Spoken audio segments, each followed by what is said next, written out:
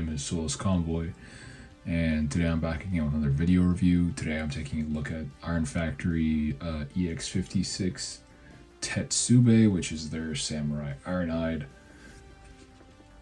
box. The usual, very not much to talk about. This is a stylized take on Ironhide that's meant to be like a samurai, I suppose, in the Iron Samurai series. It's pretty interesting. This is on loan to me from Fuse9. Thank you again. Who also provided the Galvatron for the previous review. I have taken a while to get these videos out. My apologies. But let me get in close on this figure. So starting off, we have this very like samurai motif, I suppose. Ironhide here looks more like, I suppose, a warrior in the field. He has this really nice gold head crest on his face sculpt. Because of the way that my lighting is set up, his eyes don't show up super well, but they are a really nice shade of blue. There's a shade from his the crest of his head right there that casts a shadow down, but they are a nice blue shade. If I can get there you go. He can't look up a lot, so it's harder for me to get the proper angle so you can see the color of his eyes. The head sculpt is fine. I think it's a little bit juvenile. It feels a little bit young for like a grizzled warrior like Ironhide, but I guess you could say this is animated Ironhide, who's a relatively new warrior. He's got some baby blue paint here for the window. Kind of feels a little bit out of place. It's the only instance of this deco application, so I'm not really sure I like it. He does come with a standard. I think that's what these are called, like a standard for his, I don't know, clan. I don't even know what to say at this point. I guess for his clan or for like his faction in that sense. It does look really nice. The gold paint apps on this guy, by the way, are fantastic. The way the maroon red is done on this figure in general is gorgeous. It's eye-catching. It's like a really nice maroonish, dark red. It shows up a little bit darker on my camera from what I'm seeing, but it looks really good. And there's gold accents all over this figure. And he's got this samurai stylization here that makes it look like, it's plate armor, like Japanese style samurai plate armor that they wore. Also some silver here picked up beautifully. Obviously painted silver for the rims on his alternate mode.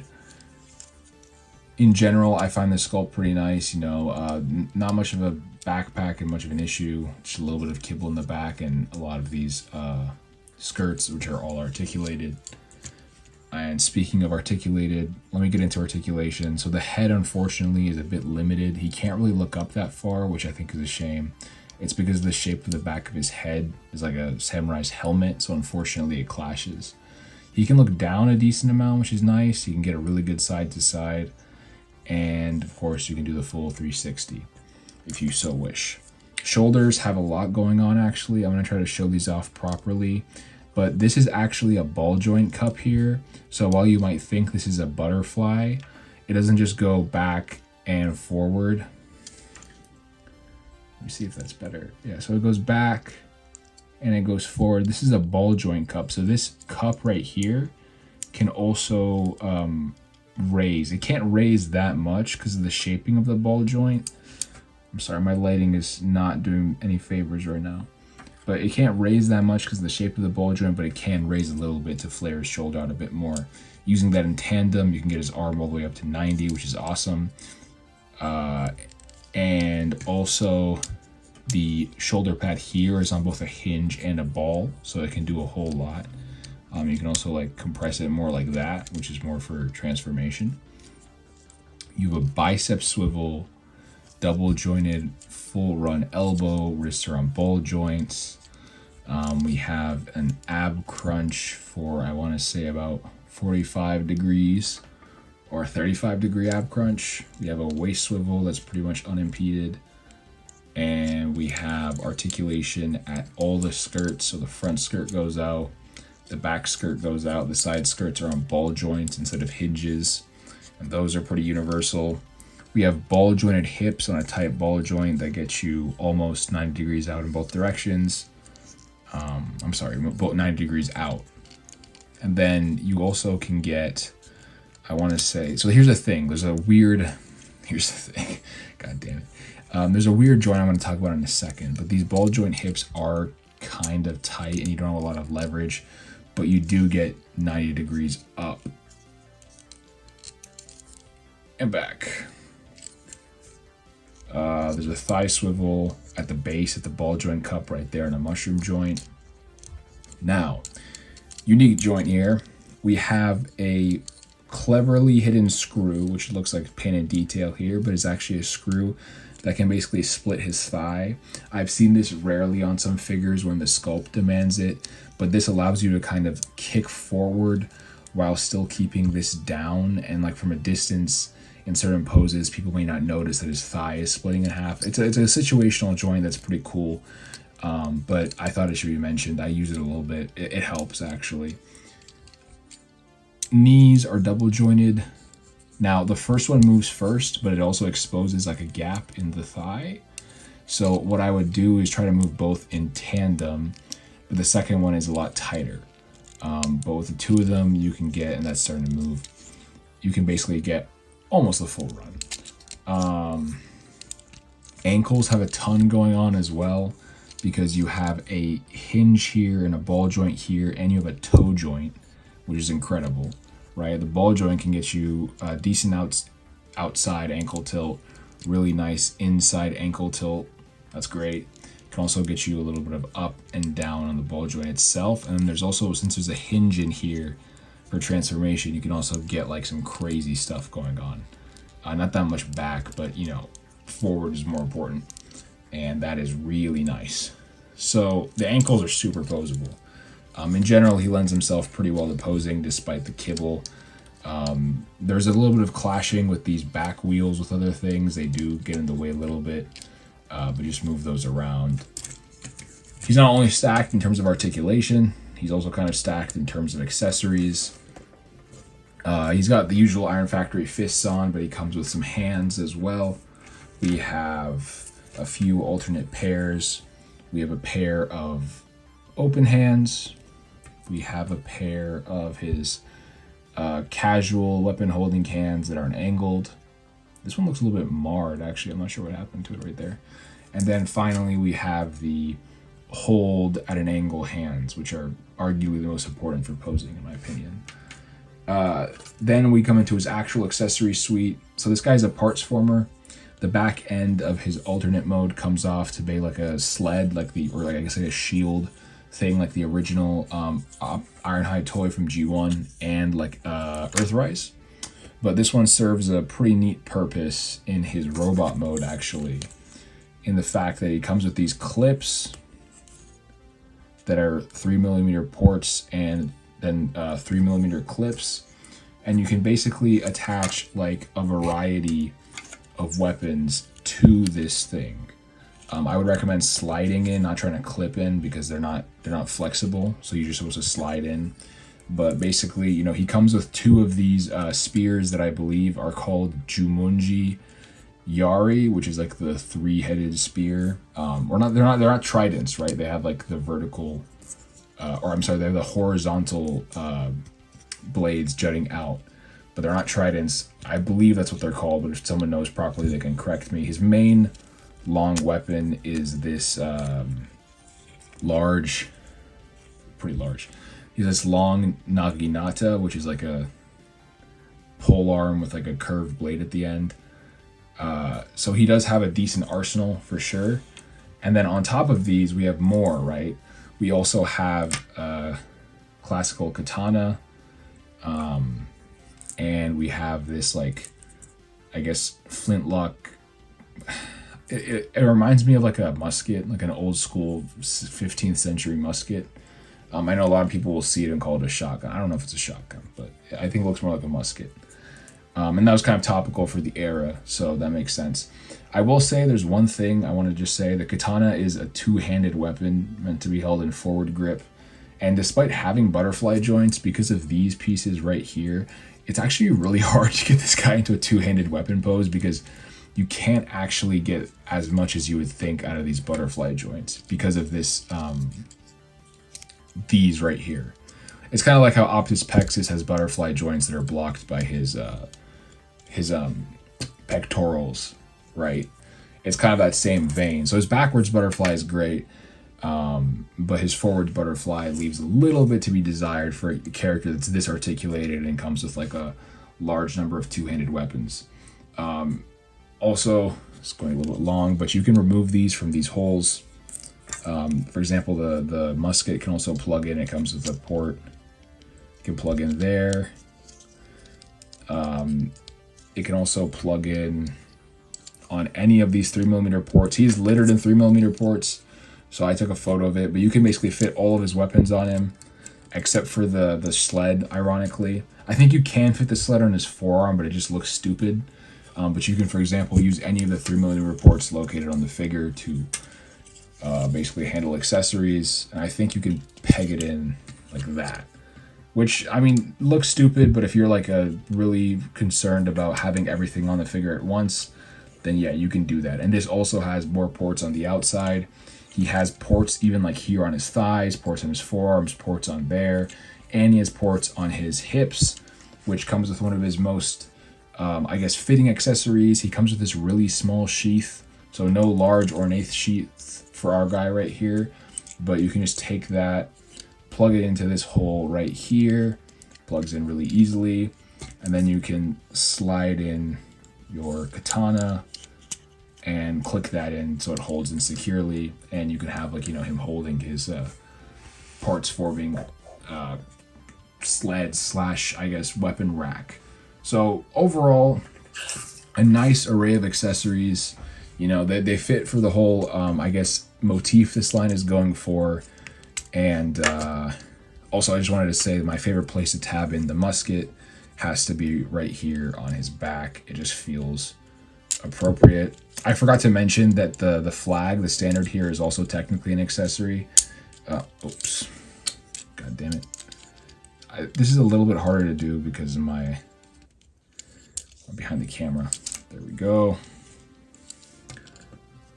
That. So for the most part, the modularity is pretty fun. It's a pretty exciting experience, I think. You know, especially when so many Legends toys, I guess, you know, especially since we have a lot of Sunbow Legends, and Sunbow's definition of weapons was just you get a single dinky sci-fi blaster of a vague shape. You don't really get a lot of Legends class toys with these like creative and fully featured weapon suites, but I'm happy that Iron Factory is, you know, experimenting. Speaking of experimenting, I just wanted to show him some other samurai figures. First, I'm going to have him next to Oni Varja, which is their lockdown. Both very like heavily stylized into the samurai motif. Definitely some of the most like out there ones aesthetically. Lockdown's one of my favorites, one of my favorite Legends figures ever. And then next to Red Alert, who I also love. Red Alert is much more of like it's technically samurai, but it could easily pass as a stylized modern Earth mode Red Alert if you so desired, and you just didn't combine the spear into the spear shape or the polearm. They look pretty good together. I don't know if the aesthetics are entirely consistent. Again, Red Alert is a bit too, or I guess not samurai enough, but I guess they've been towing the line with these a little bit. But I think it's a cool aesthetic, and I think it's nice that somebody is doing things that they just want to instead of, you know, what's accurate, you know. We need more of these original designs in third party in order for the scene to actually feel alive. For some size comparisons, out of frame deluxe class figure, core class bomb burst, who for some reason is not okay. There you go. I don't know, I feel like my bomb burst has become like shockingly loose simply for size comparison frequent transformations, which is a bit of a shame, honestly. I actually really do like that figure.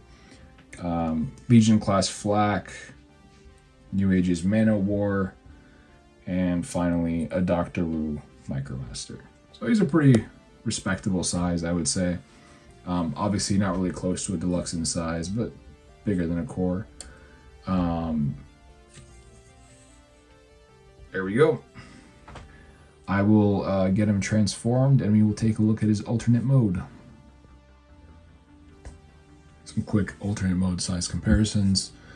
He kind of shrinks down in alt mode. As you can see, Red Alert is almost the same size, but this guy being shorter in bot mode. Next to a Core, next to New Age, Dr. Wu, Legion, and just compared to our Deluxe, you can see that he's shrunk. So he compacts pretty well. I will say for the transformation, it's more so he just folds up, and a lot of the mechanical connections that hold the, I guess this is like a battering ram of some sort, battle wagon, etc., that hold this in place, you know, like most of the things that can make it function as an object, which is actually really robust and rolls pretty well, by the way. But most of that just comes from the this thing. This is more of like an ornate action figure that can transform than a transformer, I feel. Whereas this, for example, which I think is really pertinent in comparison, is very much a transformer. You know, this is a Lamborghini Veneno in a rather peculiar deco that turns into a robot that has some slight samurai styling. This is an action figure of a samurai robot that can also assemble a shape. Obviously preferences will be there, but I'm just trying to point out a little bit of the, I guess, the samurai series is not always like, you know, the same flavor every time. There's a bit of a variation between the figures. Whether or not that inconsistency is a good thing or a bad thing will be up to you. It's a personal opinion thing. I think it's a good thing. You know, if there were multiple stylized lines on the market, I would say that, you know, maybe like, well, you know, pick your niche and stay in it. But considering how much monotony we have, especially in Legend scale, where basically everybody except Iron Factory is doing Sunbow G1 and Robot Toys, who has a few Beast Wars stuff, and Mechanical Skull Studios, which I love, but has only released one toy so far in their existence, you know, and we're still waiting for number 2. Considering that, I mean, just something to think about for final thoughts. These can all tab in, by the way. I'm just not pushing them in all the way. I don't know why I'm not, but you can basically store everything on him. Oh my god. I don't have this issue. I think it's because I'm on camera and I'm putting leverage in the wrong places. Like, a lot of things just don't really tab in. The shoulder pads just sit in place. Where is my... Yeah, I'll tab in this. Okay. See, it works just fine when I do it for myself, but when I try to do it on camera... There we go. So you can tab basically everything in on his alternate mode, everything, including the samurai, the sheath. I can just tab that in right there. But yeah, everything can be stored in alternate mode, which I think is pretty awesome, and it does make him look pretty cool. You know, just like basically just spearing things in his way. The Naginata is a bit, you know, of a bear to handle, so I put it in like that. But he can store everything. I want to get into final thoughts, and I'm going to preface this by saying that, you know, this is a beautiful figure in robot mode. I think it's a fantastic robot action figure, and for the price, you know, it's not really at all like a big ask. It comes with a lot of accessories, a lot of hand options. It's painted really well. It articulates really well, and overall, I mean, it's a pretty banger figure for, I think, $40. I think is the average price point for this guy. Maybe like $35. I know it's out of stock most places. The prices have climbed, but I think retail was around $40. Pretty impressive. I am pretty impressed with the robot mode. It looks really good on the shelf. This is a very nice display piece, and it's pretty fun to play with. Now, transforming it back and forth is not difficult. It's not hard. It's pretty easy and simple, actually. The steps are easy. They're easy to follow, and you just, at the end of this day, you just have to tab everything into the shield piece. It's not that bad, but it's not really rewarding or fun, whereas something like that Red Alert I showed you is really fun. Just something to be keeping in mind, but the definite focus here is the bot mode and the stylization and the accessories and the playability. Whether or not that matters to you, again, versus the mediocre or almost nonsense alt mode and whatever parts forming transformation, which does work for the character. Ironhide's original toy was in Parts Former. A lot of his other toys have been. But, you know, personal opinion, whatever works for you. If it's a deal breaker, feel free not to buy it. I mean, don't buy things that bother you. Just a general piece of advice. But for the most part, I think it's pretty good. I will say, though, again, you know, it's really nice to see something that just exists for the sake of, like, I think this looks cool, I'm going to make a toy of it. you know, there's obviously consequences to that. A lot of people have been turned off of the toy line because of it. And you have to wonder, you know, like Iron Factory's kind of taking a back seat to New Age and Magic Square as the premier parts of the Legends game. Is it worth it? I think so. I think it's better to, you know, just be yourself than to chase a trend. Not saying that companies that are doing different things are chasing trends. I'm just saying that, you know, I wouldn't want to restrict creatives to just give me what I want. I see a lot of things in Iron Factory threads where people are constantly angry and upset that, you know, the aesthetic has changed or they're doing different things. And it's fair, and, you know, it's obviously validated to be upset that you're not getting what you want. But at the same time, I think allowing a company whose entire shtick is creative freedom to have their creative freedom is pretty good. I think it turned out well in this case. There have been a few really, really bad samurai figures. As always, Iron Factory's been hit and miss, especially recently. But the hits are hits, right? I love Red Alert. I love Lockdown. And the misses are definitely misses, though. So just keep that in mind. All in all, if you like how this looks, if you like how the bot mode looks, and you're not too worried about the alternate mode or the boring transformation, I would say try to pick up a copy for $40. It's pretty good. I like it.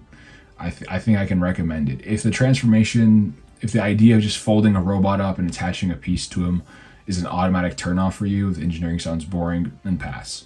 But if you're a fan of the bot mode and the posing options, I think it's a solid pickup. Anyways, that's all for me. Thank you again, Fuse9, for allowing me to take a look at this. Sorry again, this took so long. But yeah, so, you know, let me know in the comments what you guys think about the Samurai series as a whole. But yeah, I'll catch y'all next time. Close Convoy. Peace out.